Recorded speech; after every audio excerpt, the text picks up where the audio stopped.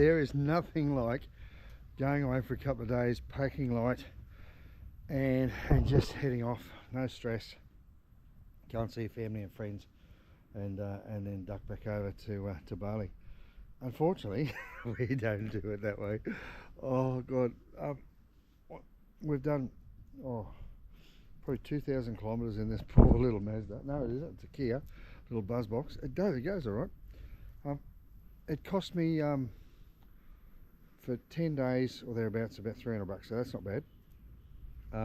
Unlimited kilometres, thank God, because we racked a few up. We came over with a bit of hand luggage and a little bit of luggage because Fee was worried it's going to get too cold.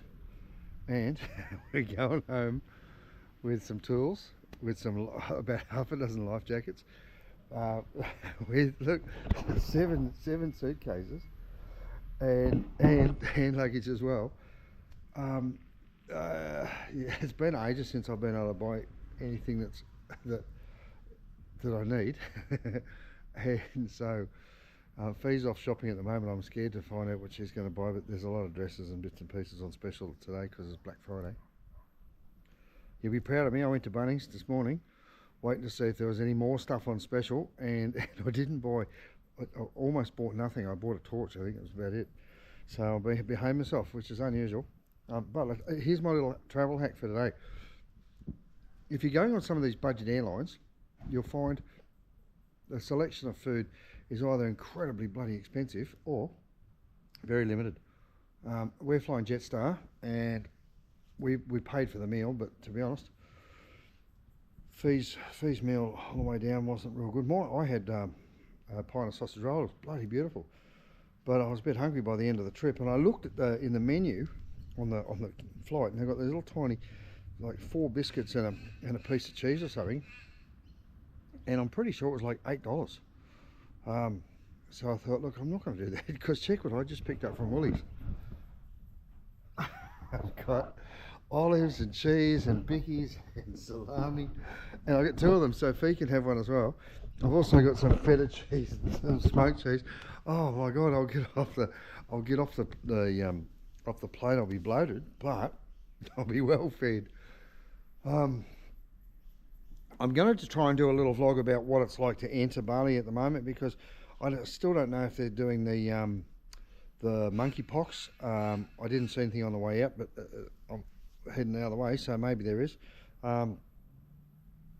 And just I'm going to put all the current websites that you need to go for your visas and for your customs declaration forms and things like that. Now, because I've got a KITAS, because I've got a resident stay permit, I don't need to fill in the visa on arrival form. Visa on arrival, or the tourist tax, because I live there. But you are supposed to fill in and pay for the tourist tax. You're able to do it online, or when you get to the airport. It's pretty hard to find. It's actually out near where the taxi drivers and that are. And I think they're trying to negotiate. The Balinese government's trying to negotiate with the Indonesian federal government for the ability to actually collect it as part of the incoming visa fees or something. But because it's only a statewide cost or charge, I think there's got to be some legislation change for them to be able to collect it through the federal government sources. So I don't know. As far as I know, as of a couple of days ago, they were still charging full visa on arrival $50, and I believe you can go online and you can extend that, and you can get a 60-day visa. That's $50 for 1 month, for 30 days, and I believe it's $150 for 60 days. If you don't do it and you want to extend it over in Bali, you've got 2 options. You can go to a website, or a visa agent, and they'll charge you at least $100 to do it, to extend it.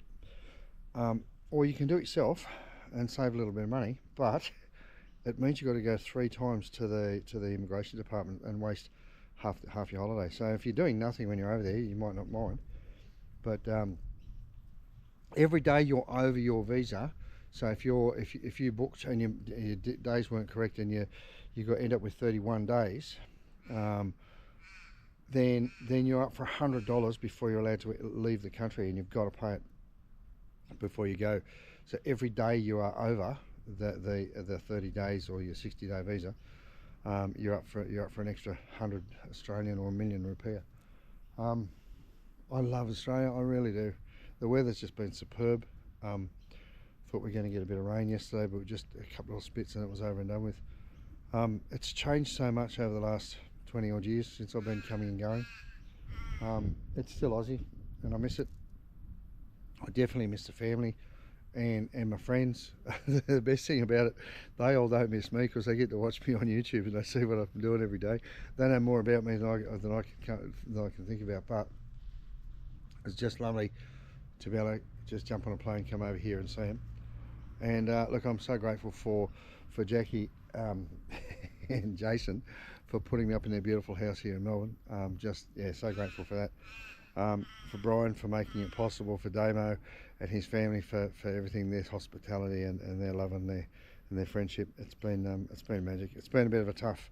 The reason I come over here was for Damo's memorial and to put him to rest, and we did that. And then I went up and saw the family, and then I went shopping, and now we're heading back. So we're not going to be over here till sometime next year. Hopefully I'll look at what the flights are doing, see if we can't book ahead and get some cheap ones, because it can get bloody expensive. But things are going good. We've got Bali Donate is just as busy as it's ever been. Busier. It's just exponentially exploding.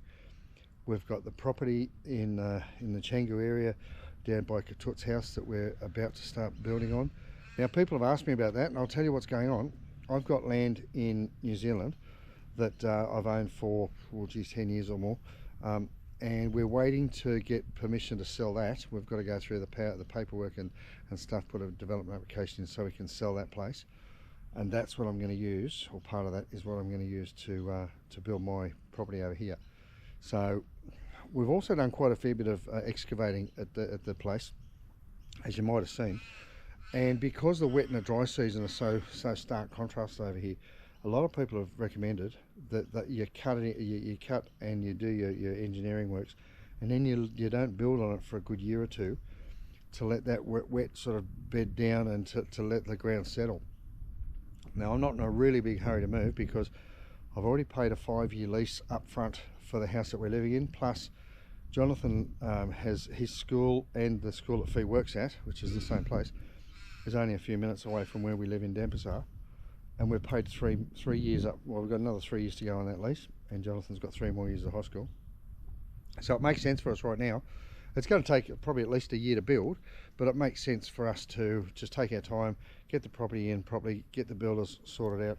We're going through the planning process and trying to work out what's the best way of utilising the land to hopefully make a bit of a return, as well as provide us with a place to live.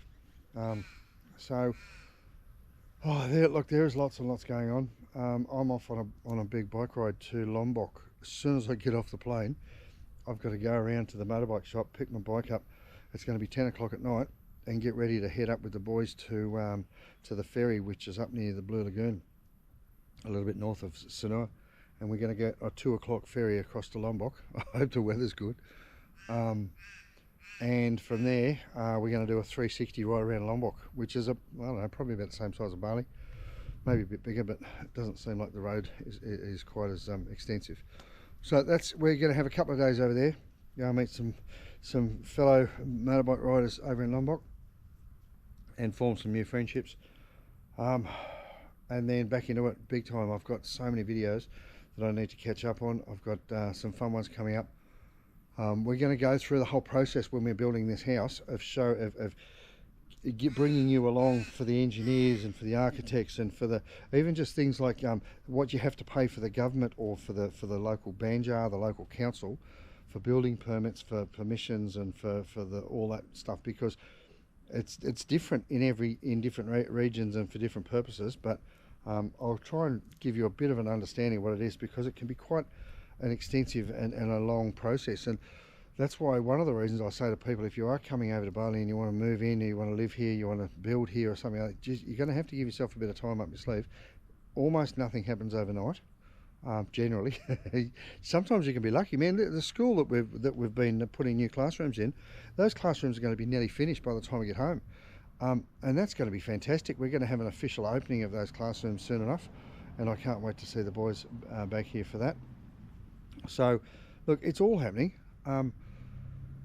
all in due course, and all for the right reasons, which is just a beautiful way to start your day or start your year. Well, I'm looking so forward to 2025 because we've got some massive ideas heading up for Bali Donate. We've got some big projects to do with Muzzer in Bali with the videos, and some more tailored videos to suit different interest groups or people doing different things. So please send me your ideas and suggestions.